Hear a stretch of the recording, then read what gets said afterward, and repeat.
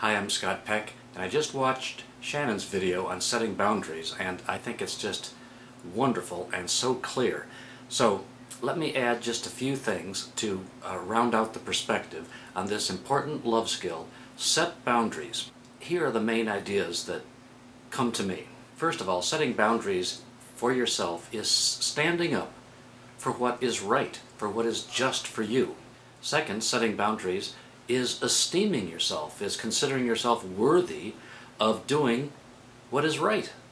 And that's really loving yourself, which is what this love skills course is all about. And of course, it's doing it with love, which is not so easy sometimes. Because the truth is that setting boundaries is a little bit of a messy affair. Because we know what's right in our hearts when we really examine. I'm not feeling good about the way I'm being treated. I don't feel good about my relationship with this person. And we know that it's not right, and when we ask ourselves the question, well, what would be the way I deserve to be treated? What do I deserve? Or if it's hard, if you're used to being abused or not treated well in a particular area, what would Shannon and Scott accept? What would they do in a situation like this? How would they be willing to be treated? And we've needed help ourselves. I'll tell you, we've helped each other, because there's some times that I allow myself to not be treated well. That certainly was true in my earlier 2 marriages. I just didn't have enough understanding, love awareness, and courage to stand up for what was right for myself. And that was hell and agony to go through living like that. And in business, sometimes it's still hard for me to stand up for myself because I don't want to hurt anybody's feelings. So, and yet I know that there's something that's right, because it's principled. And so that's the real issue. Is it principled? Is it right? And it doesn't matter what somebody else's opinion is. All that matters is it just for you? I'm a big believer in that what blesses one blesses all. So if it is right for you, if it will bless you, and you'll know that if it calls into that high category of love speaking to you, then it's going to bless others, even if they resist it or don't like it. Of course, somebody who's used to calling your names or just treating you with indifference isn't going to want to have to change that behavior happily or willingly most of the time, and this is why it gets messy.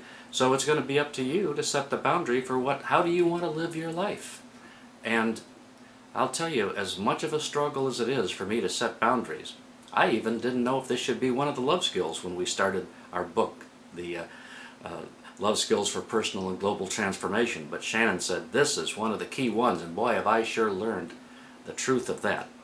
So, stand up for yourself. Listen to divine love.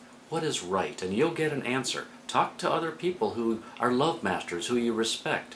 And then, when you know what's right, then you have to stand up for yourself. And you may, as Shannon demonstrated, say things to your partner or to a friend or in business, but you're saying it not as I hope that you will understand this or I hope that you will do this to make me happy. It's that this is something that I'm expecting now as a way of loving myself. I'm expecting not to be treated anymore like this. I'm expecting to be treated with kindness and with listening. So it's taking a stand, and it doesn't really matter what the other person, it doesn't even matter if the other person walks away from your relationship. That's how important it is to set boundaries that are honest for yourself and that are real. And it is messy, because even the most loving people, and many of you are just like me, that you so much care for what the other person's feelings are that you don't want to hurt their feelings, even if it means sacrificing your own well-being. Well, that's not love's answer. Love wants, yes, their feelings to be cared for, but love also wants your feelings to be cared for. Your needs are just as important as theirs. So the reason that setting boundaries is messy is because you have to stand up for what is right, and that takes courage, it takes integrity, it takes honesty, it takes forthrightness, and it's not always, or even usually, going to be met with oh, sure, that's fine, I'll be happy to do that. So they have to feel your strength. You know, setting boundaries doesn't make you a militant person. Setting boundaries enables you to be the love being that you were meant to be in your full dimension. Because when we don't set boundaries, we suffer. And when we suffer, we can't really perform our life mission at why we're here on earth. So setting boundaries is important for loving yourself. And if you have kids, they're watching you very carefully, what you're modeling. So setting boundaries is a modeling for others around you to see, oh, I can be courageous, I can stand up for what is right, I can do what is right. So it's the right thing to do, as messy as it may be. And you have to learn to use our other love skills, such as forgiving yourself as you go about setting boundaries. I love you. I'm proud of you for watching this video and for accepting this idea of how important it is to set boundaries that divine love would want you to set for yourself. Much love.